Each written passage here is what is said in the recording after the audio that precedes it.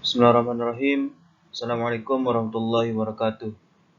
Perkenalkan, saya atas nama Wahyudi Guna dengan NIM J1B01784 akan mempresentasikan makalah atau PowerPoint yang sudah saya buat dalam memenuhi tugas ujian akhir semester mata kuliah evaluasi kesusahan lahan dengan judul Produktivitas Padi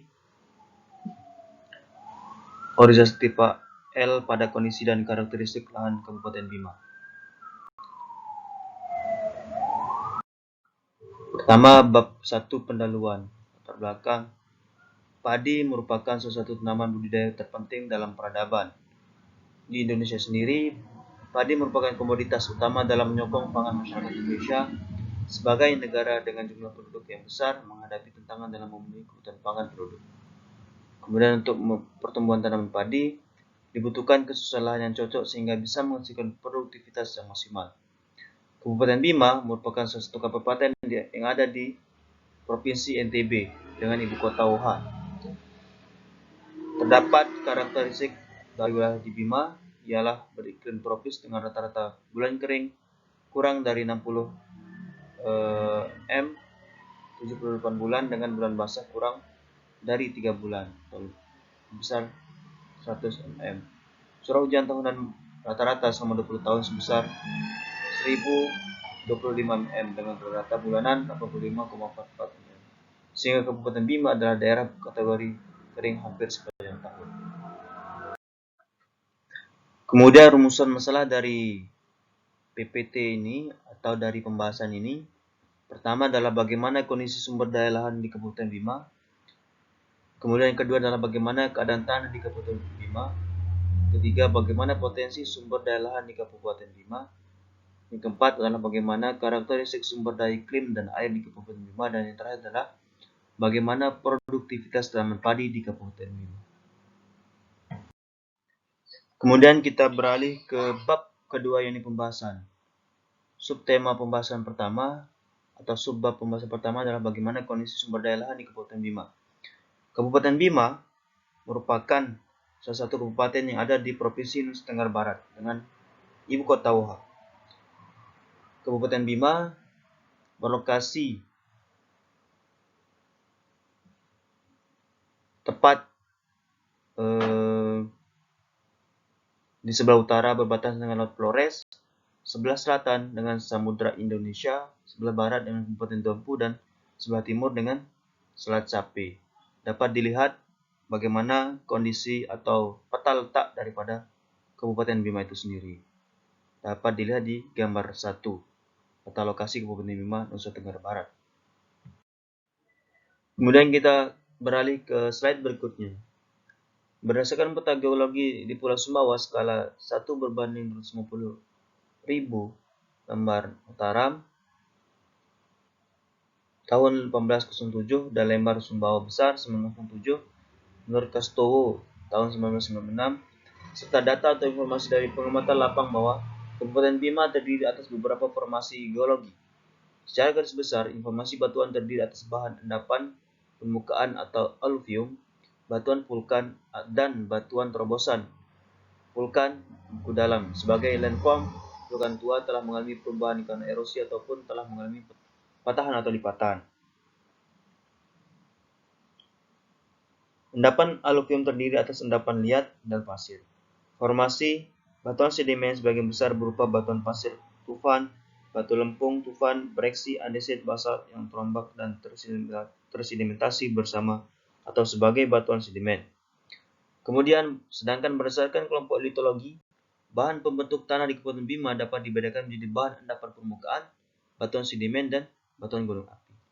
Dan sedangkan berdasarkan peta tanah semi-detail Kabupaten Bima skala 1 berbanding 50.000, Kabupaten Bima dibedakan atas 7 grup landform, yaitu aluvial atau dengan tanda A atau simbol A, kemudian marine dengan simbol M, kemudian fluviomarine, B, karst, tektonik, vulkanik, dan aneka dengan simbol X.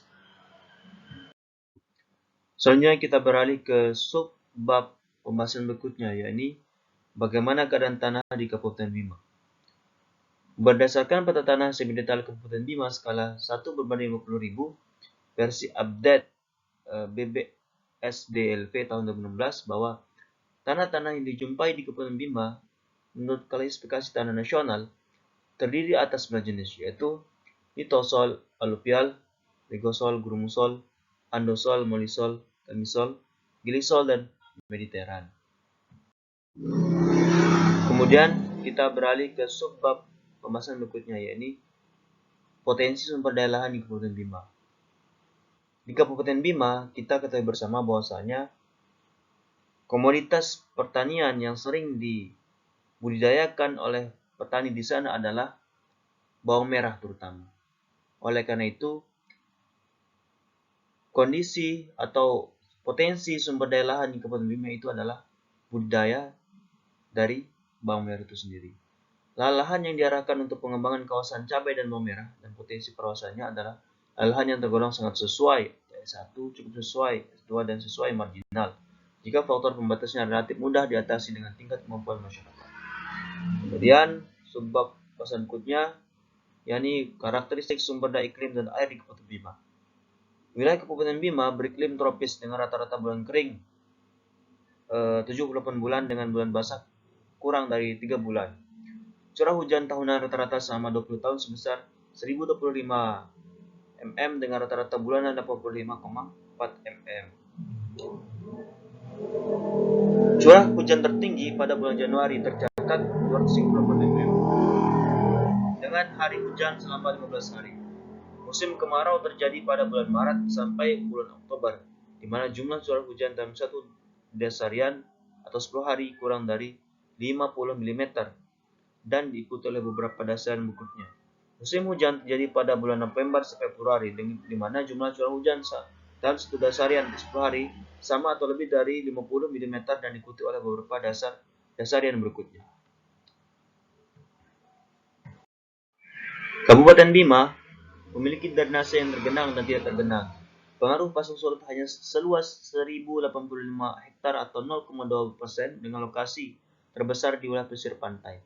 Terus lokasi yang tergenang terus-menerus adalah seluas 194 hektar, yaitu wilayah Dam Roka, Dam Sumi, dan Dam Vela Paradu.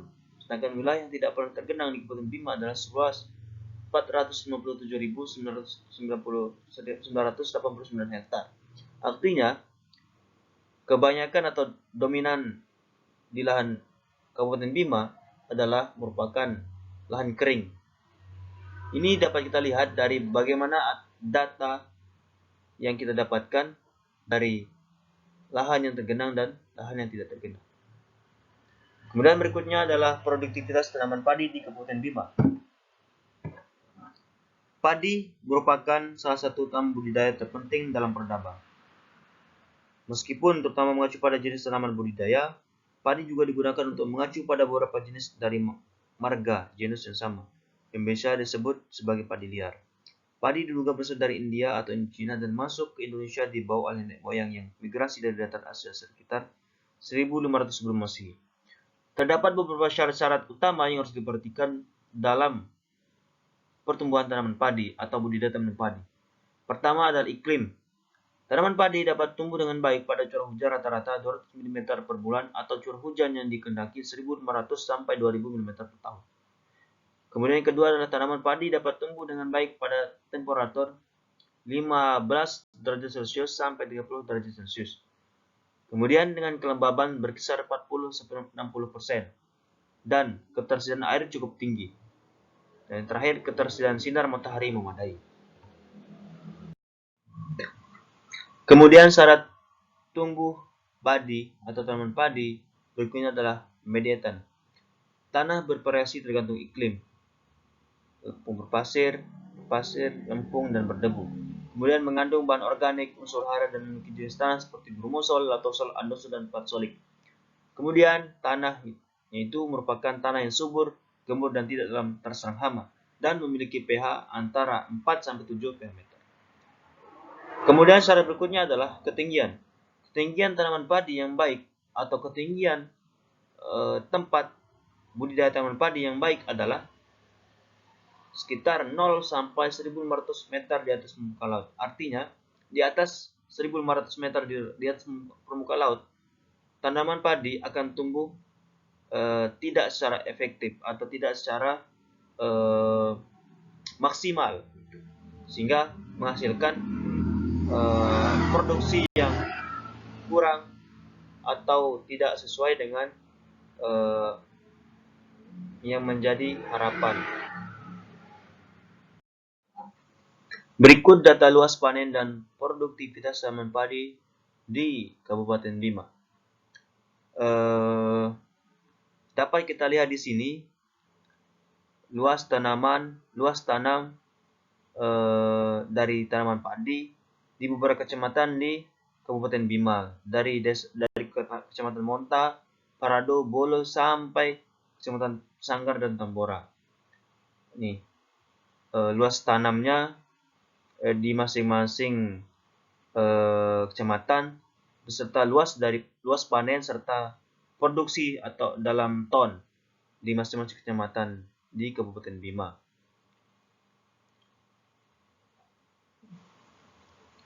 Dari data ini sebenarnya karena syarat-syarat tumbuh dari tanaman padi yang seharusnya dapat dipenuhi di lahan Kabupaten Bima, tetapi tidak mampu dipenuhi dengan kondisi atau karakteristik Kabupaten Bima, akhirnya jumlah panen atau produksi dari tanaman padi dapat kita katakan cukup minimal dibandingkan dengan daerah-daerah lainnya yang memang memenuhi syarat-syarat tumbuh dari tanaman padi itu sendiri.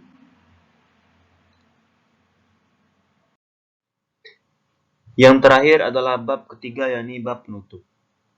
Setelah kita mencoba membahas beberapa subbab yang sudah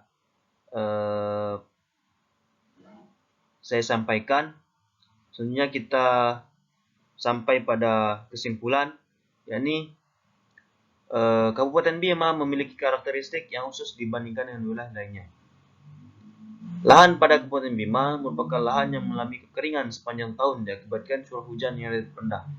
Selain itu, terdapat beberapa syarat tumbuhnya tanaman padi agar dapat menghasilkan produksi yang maksimal,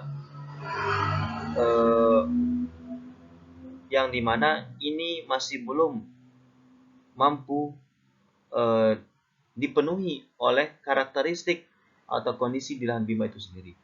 Karakteristik lahan pada Kabupaten Bima kurang sesuai dengan syarat-syarat tumbuh dari tanaman padi, sehingga untuk budidaya padi di Kabupaten Bima tidak bisa berkembang dan menghasilkan produksi yang maksimal.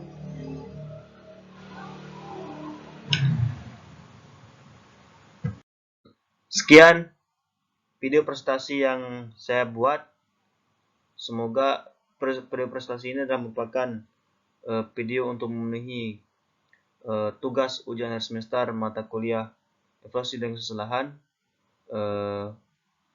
Semoga dari penyampaian saya bisa ditangkap apa yang sekiranya menjadi informasi-informasi tambahan. Mohon maaf dan terima kasih. Sekian, wassalamualaikum warahmatullahi wabarakatuh. Waalaikumsalam.